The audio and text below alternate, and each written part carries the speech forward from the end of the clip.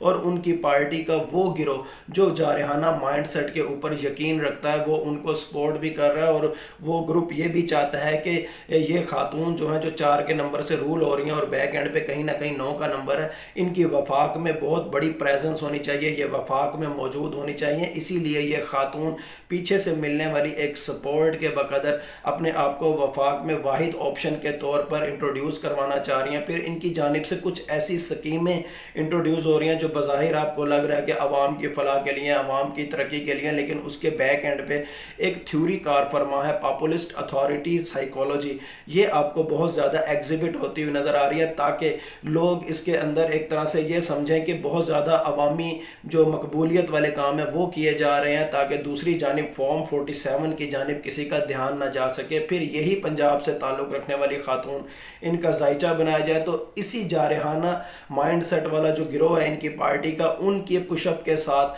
یا 9 کے نمبر کے پش اپ کے ساتھ یہ اپنا انٹرنیشنل امیج بھی بنانے کی کوشش کر رہی ہیں، کبھی جاپان کے دورے، کبھی آذربائیجان کے دورے، اور کبھی مختلف صدور سے یا بین الاقوامی جو ڈیلیگیشنز ہیں ان کے ساتھ ملاقاتیں، اور وہ صرف یہ ظاہر نہیں کریں کہ میں صرف ایک صوبے کے ریپرزنٹیٹیو ہوں، بلکہ وہ یہ ظاہر کر رہی ہیں کہ بازیچہ یا اطفال ہے دنیا میرے آگے، ہوتا ہے شب و روز تماشا میرے آگے، یعنی میرے آگے دنیا بھی کوئی چیز نہیں، میں دنیا کو بھی لیڈ کر سکتی ہوں، میں پاکستان کو دنیا میں انٹروڈیوس بھی کرا سکتی ہوں۔ اسی طرح 4 کے نمبر سے رول ہونے والے وہ صاحب جن کا تعلق پنجاب سے ہے لیکن وہ اس وقت وفاق میں اور بیک اینڈ پہ اس کے پیچھے کہیں نہ کہیں 9 کے عدد کے بقدر اگریشن والی قوت بھی کار فرما ہے، پیچھے سے کہیں نہ کہیں 9 کی سپورٹ بھی ہے، وہ بھی ان کے ذائچے میں بھی یہ نظر آتا ہے کہ جیسے ان کے دماغ میں چل رہا ہے کہ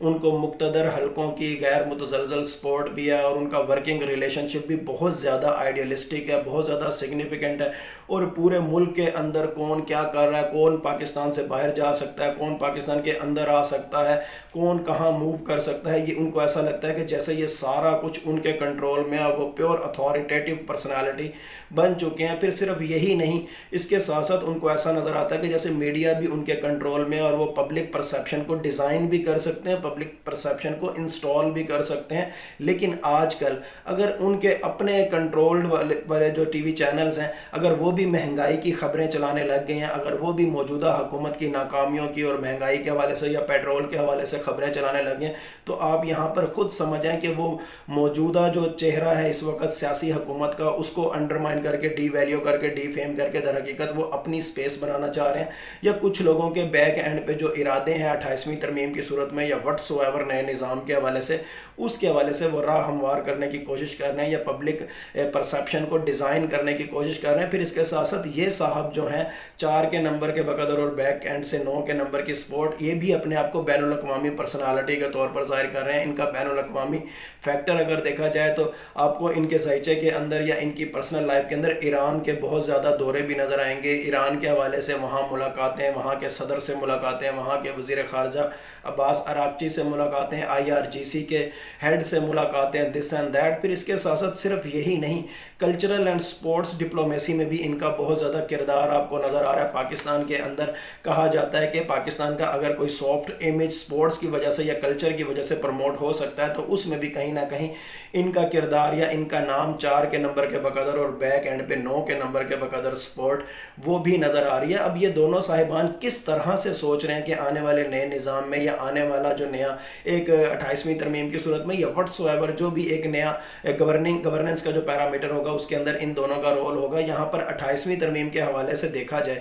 تو یہ دونوں صاحبان یہ سمجھ رہے ہیں کہ ان میں سے ایک کو دوسرے کی ضرورت ہے اور دوسرا سمجھ رہا ہے کہ پہلے کو اس کی ضرورت ہے، لیکن اس کے ساتھ ساتھ جہاں پر کہیں پر 28ویں ترمیم ڈرافٹ ہو رہی ہے، ڈیزائن ہو رہی ہے یا ہو چکی ہے، وہاں پر بھی ایسا سمجھا جا رہا ہے کہ 28ویں ترمیم کی صورت میں یا نئے نظام کی صورت میں یا 9 کے نمبر کے بقدر نئے نظام کی صورت میں جو بھی نیا ایک گورننس کا پیرامیٹر انٹروڈیوس ہوگا اس کے اندر کہیں نہ کہیں اس کی جمہوری شکل برقرار رکھنے کے لیے، سیاسی شکل برقرار رکھنے کے لیے کچھ سیاسی چہروں کو سامنے رکھنا مجبوری ہوگا، اور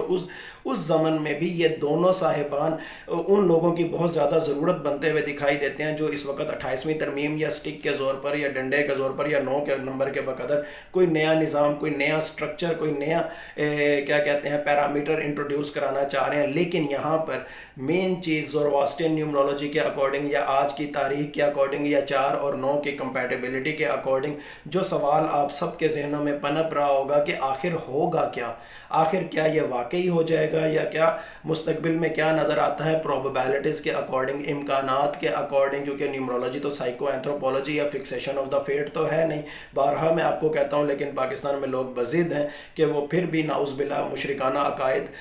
جانے انجانے میں رکھتے ہیں یا کیا کرتے ہیں، وہ نیومرولوجی کو نعوذ باللہ غیب کا علم سمجھنے لگ جاتے ہیں. آپ نے آرٹیکل 6 کا نام تو سنا ہوگا، آج تک کسی پر اپلائی تو نہیں ہوا، لیکن ایک امیج آتا ہے کہ وہ لوگ جو ملک سے غداری کرتے ہیں یا نیشنل انٹرسٹ کی وائلیشن کرتے ہیں، ان کے خلاف شاید کوئی آرٹیکل 6 لگتا ہے یا اس کے تحت کوئی مقدمہ ہوتا ہے، اور پھر اس کے دوران عدالت میں سماعت بھی ہوگی اور سزائیں بھی ہوں گی. دس اینڈ دیٹ آج تک کہانیاں سنی ہیں، آج تک فزیکلی ہم نے کبھی نہیں دیکھا،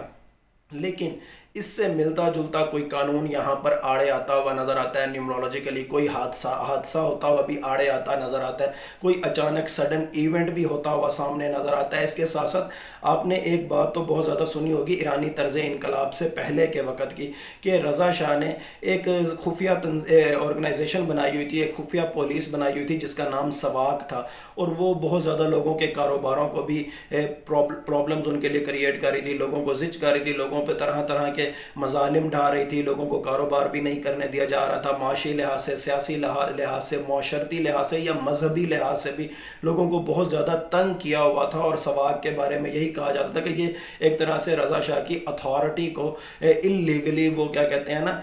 فیم دلانے کی کوشش کرتی تھی. اسی طرح پنجاب کے اندر بھی ایسا نظر آتا ہے کہ جیسے ایک ادارہ جو آج کل بنایا گیا ہے جس کے آفیسرز ٹک ٹاکر بن کر میڈیا پر نظر آتے ہیں اور وہ مختلف کاروباروں کو سیل کر رہے ہیں، کبھی وہ فوڈ اتھارٹی کے رائٹس یوز کرتے ہوئے نظر آتے ہیں، کبھی وہ اوگرا کے رائٹ یوز کرتے ہوئے پیٹرول پمپوں کو سیل کرتے ہوئے نظر آتے ہیں، ہر فن مولا بنے ہوئے لیکن حقیقتاً ٹک ٹاکر بنے ہوئے. اس ادارے کا قیام بھی آڑے آتا ہوا نظر آتا ہے. کہیں 26 نومبر والے معاملات بھی آڑے آتے ہوئے نظر آتے ہیں، کہیں فارم 47 والے معاملات بھی آڑے آتے ہوئے نظر آتے ہیں. کہیں نہ کہیں کوئی نہ کوئی فیکٹر، کوئی نہ کوئی حادثہ، کوئی نہ کوئی ایونٹ، لیکن یہ 4 اور 9 کی جو کمپیٹیبلٹی ہے پاکستان کے ذائچے کے بقدر، اور 2026 کا جو 1 کا نمبر ہے، پاکستان کا نمبر 3 اور 2026 کا نمبر 1، ان کو آپ ایک سائڈ پہ رکھیں، اور دوسری جانب یہ 4 کا نمبر اور 9 کا نمبر، چاہے وہ 2 صاحبان ہیں، چاہے وہ آج کی تاریخ کا ڈرائیور اور کنڈکٹر ہے، ان کو ایک سائڈ پہ رکھیں. ان دونوں کے درمیان میں، جسے پنجابی میں کہتے ہیں نا اٹ کتے دا ویر، یا اردو میں کہتے ہیں اینٹ اور کتے کا بیر، آپ کو یہ ہوتا ہوا نظر آئے گا. اور یہ تمام تر پلاننگ، تمام تر جو خوش فہمیاں ہیں کہ 4 کا نمبر اور 9 کا نمبر کس طرح پاکستان کو رول کرنے جا رہا ہے یا کس طرح پاکستان کو نئے سرے سے ڈیزائن کرنے جا رہا ہے، یہ چیزیں آپ کو پاکستان کے ذائچے میں ہوتی ہوئی دکھائی نہیں دیں گی. کوئی بھی ایک فیکٹر بنے گا اور اس کے بعد یہ 4 اور 9 کی کمپیٹیبلٹی یا 4 اور 9 کے حوالے سے جو خوش فہمیاں ہیں ان کو 3 اور 1 کی کمپیٹیبلٹی لے ڈوبے گی. لیکن یہ جو کچھ آپ کو بتایا نیومرولوجیکلی بتایا، اور نیومرولوجی سائیکو اینتھروپولوجی یا خدا رہا اس کو غیب کا علم مت سمجھیے. ہمارا ایمان ہے کہ ہمیشہ کی طرح یہی کہ ہوتا وہی ہے جو اللہ تعالیٰ چاہتے ہیں. اللہ تعالیٰ چاہیں تو یہ سب کچھ ہو، اللہ تعالیٰ چاہیں تو کچھ بھی نہ ہو، اللہ تعالیٰ چاہیں تو کچھ ہو اور کچھ نہ ہو. بلا شبہ غیب کا علم صرف اور صرف اللہ تعالیٰ کی ذات کو ہے. Thank you so much.